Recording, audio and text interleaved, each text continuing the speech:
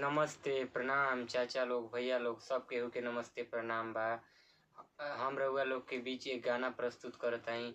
ए गाना के खूब सुनिए, खूब प्यार आशीर्वाद हमरा ऊपर बनैले रखी।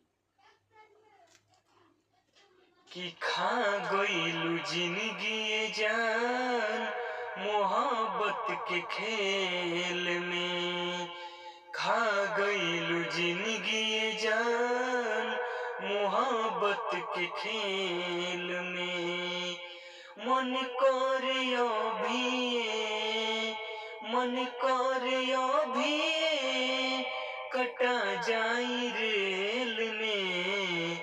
खा गइलू जिंदगी जान मोहब्बत के खेल में, खत्म कइलू जिंदगी जान मोहब्बत के खेल में।